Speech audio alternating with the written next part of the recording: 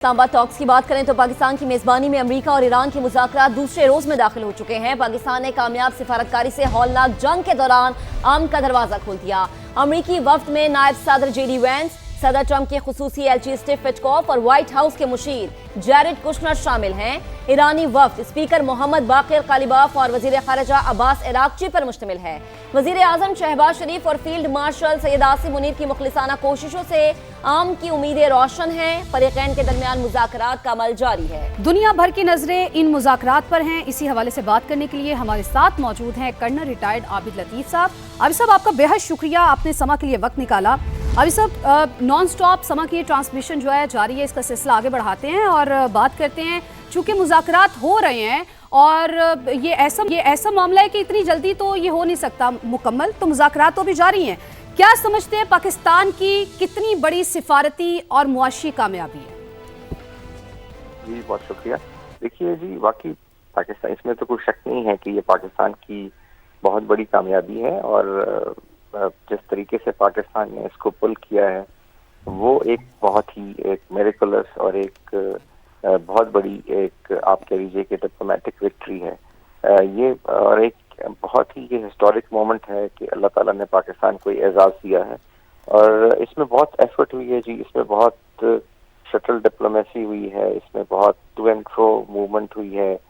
बहुत ही आप कह लीजिए कि मुश्किल किस्म की जो सिचुएशन थी, एक कम्प्लेक्स सिचुएशन थी और वॉलेटिलिटी थी रीजन के अंदर, और फिर उसके साथ साथ डिसरप्टर्स भी थे, स्पॉयलर्स भी थे, जो उसको हर स्टेज पे एक एक पूरे मामलात हैं उनको खराब करने के डरते थे। तो ऐसी सूरत हाल में पाकिस्तान ने जी, मैं समझता हूँ कि एक बहुत ही बैलेंस्ड और बहुत ही एक रैशनल अप्रोच के साथ और बहुत कंस्ट्रक्टिव अप्रोच के साथ सारे प्लेयर्स को, जो डायरेक्ट प्लेयर्स थे उनको एंगेज किया, उसके साथ साथ जो रीजन के सारे ममालिक थे उनको भी एंगेज किया, क्योंकि ये इसमें डायरेक्टली कुछ 16-17 मुल्क डायरेक्टली इससे अफेक्ट हो रहे थे जो इस रीजन के अंदर हैं।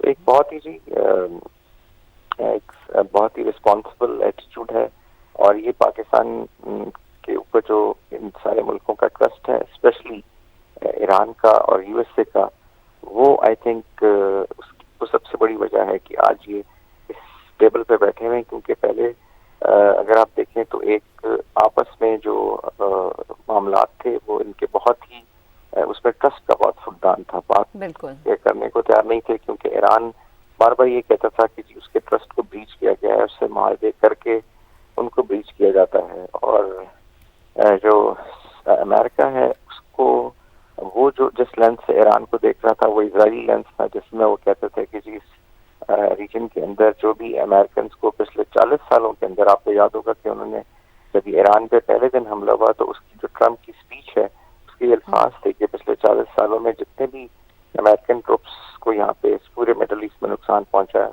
उसके पीछे खुदा न खास्ता ईरान का हाथ है। तो जब ये लेवल ऑफ मिसट्रस्ट था, वहां से फिर ये कॉन्फ्लिक्ट आपको पता है स्पायरल आउट करता गया, आउट ऑफ कंट्रोल हो रहा था। ईरान पे बहुत हमले किए गए, ईरान ने उनका जवाब इजराइल और कुछ जो मिडल ईस्ट की जो बेसिस है अमेरिकन, उनके ऊपर देकर किया। और फिर ये जब दोबारा से जब बूट्स ऑन ग्राउंड की बात हुई और जब ये कहा गया कि जो ईरान के आइलैंड्स हैं जहाँ से सारा ये ऑफशोर ऑयल एंड गैस और हाइड्रोकार्बन और मॉलिक्यूल जाते हैं, उस पर अटैक किया जाएगा और उसको जो है अमेरिकन ट्रूप्स जो है वहाँ पे एयरबॉर्न और एम्फीबियस लैंडिंग करेंगे। तो वो फिर उसके बाद सूरत हाल मजीद आपने देखा कि किस तरीके से आउट ऑफ कंट्रोल हो रही थी। तो फिर पाकिस्तान, उस वक्त भी लोग कहते थे जी कि ये बहुत एक रिस्की अफेयर है, किसी मुल्क के लिए भी ये मुमकिन नहीं होगा कि इसमें आके कुछ नेगोशिएट कर सकें।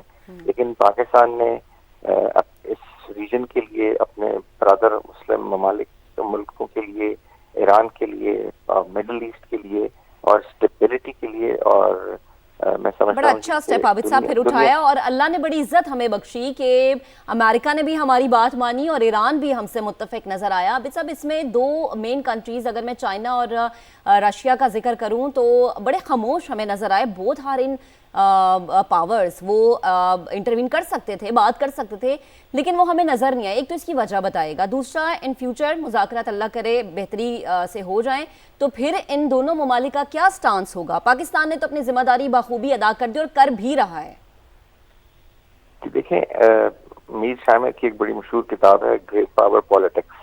जो ग्रेट पावर्स हैं उनका तरीकाकार बहुत डिफरेंट होता है जी। पहले वो चेस बोर्ड के ऊपर जो है वो डिफरेंट अपना मोहरों के थ्रू खेलते हैं, क्योंकि वो डायरेक्ट कन्फ्रंट नहीं करते, बिकॉज डायरेक्ट कन्फ्रंटेशन जो है वो फिर आउट ऑफ कंट्रोल हो जाती है। लेकिन देखें, ये जो बहुत एक डिफरेंट चीज ये है कि दुनिया जो थी वो पहले यूनिपोलर थी, दुनिया मल्टीपोलर हो गई है।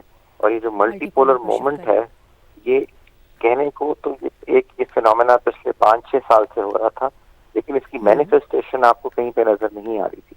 इसकी मैनिफेस्टेशन जो आपको बहुत ही एब्रप्ट और बहुत ही ऑब्वियस नजर आई है, वो आपको इस ईरान और यूएसए के कॉन्फ्लिक्ट में नजर आई है कि जो आप कह लीजिए जो स्टेचर है, जो इन्फ्लुएंस है और जो असर और रसूख है, और वो चाइना का और रशिया का, वो आपको इसमें नजर आए। गो के उनकी तरफ से कोई स्टेटमेंट्स नहीं आई, उनकी तरफ से कोई पोस्टरिंग नहीं हुई, कोई सिग्नलिंग नहीं हुई, कुछ सेपर बैटलिंग नहीं हुई। वो बिल्कुल खामोश तरीके से वो ईरान के मामले में भी पूरी आपने, लेकिन उनकी जो आप देखिए कि जो उन्होंने अपना रोल अदा किया, जो यूनाइटेड नेशन में सिक्योरिटी काउंसिल में जो रेजोल्यूशन थी, उसको दोनों ने डबल वीटो किया। फिर जब ये मामला हुआ कि जी ये मामला एस्केलेट होता हुआ नजर आ रहा था और प्रेसिडेंट ट्रंप ने ये कहा कि एक सिविलाइजेशन को खत्म कर दिया जाएगा, तो फिर इसराइल की रशिया की तरफ से भी और चाइना की तरफ से भी स्टेटमेंट आई। तो ये जी ये एक बहुत ही एक ऐसा मोमेंट है कि जहाँ पे जो दुनिया का जो वर्ल्ड ऑर्डर है और जो जियोपॉलिटिक्स है वो रीसेट हो रहा है, रीडक्स हो रहा है, और इस मोमेंट में जो दुनिया है वो बिल्कुल चेंज हो रही है। देखें, जो एक कहा जाता है, अब सब जिस तरह से आपने कहा कि दुनिया चेंज हो रही है, और आपने चूंकि बात की है कि कहाँ पर इंटरेस्ट जो है वो जा रहा है और पावर शिफ्टिंग जो है वो इस वक्त हमें दिखाई दे रही है। एक तो मैं चाहूँगी कि इस पर भी रोशनी डालिए, चूंकि आपने चाइना रशिया के बारे में बात की है, गल्फ कंट्रीज़ के हवाले से भी बताइए, आपको क्या पावर शिफ्ट होता हुआ नजर आ रहा है, क्या क्या पोजिशंस आप देख रहे हैं? देखिए जी, एक तो ये जो गल्फ कंट्रीज हैं ये नेचुरल कंस्ट्रक्ट नहीं है, ये आर्टिफिशियली क्रिएटेड कंट्रीज है। आपको पता है कि ये ऑटोमन एम्पायर के बाद से फिर डिफरेंट मैंडेट के थ्रू डिफरेंट एग्रीमेंट्स हैं उनके थ्रू, पहले ये ब्रिटिश के अंदर थी कुछ काफी सारी कंट्रीज, फिर इनकी जो है जब ये 73 में ये खत्म हुआ तो उसके बाद ये अमेरिकन बेसिस भी यहाँ पे बन गई और ये अमेरिकन इन्फ्लुएंस के अंदर आ गई। तो ये इसलिए जी इनका जो ओरिएंटेशन है वो हमेशा से वेस्ट के साथ रही है, पहले ब्रिटिश के साथ थी, फिर उसके बाद अमेरिका के साथ रही है। अब आप देखें अगर तो सऊदी अरब ने बहुत ही इफेक्टिव और बहुत ही जी मैच्योर रोल अदा किया। सऊदी अरब को बहुत सारी प्रोवोकेशन की गई जिस दौरान पूरे कॉन्फ्लिक्ट में, कभी उसकी एम्बेसी पे अटैक कर दिया गया, फिर लास्ट में तो जो सऊदी अरब का सबसे बड़ा पेट्रोकेमिकल प्लांट है उसको हिट किया गया, लेकिन सऊदी अरब प्रोवोक नहीं हुआ।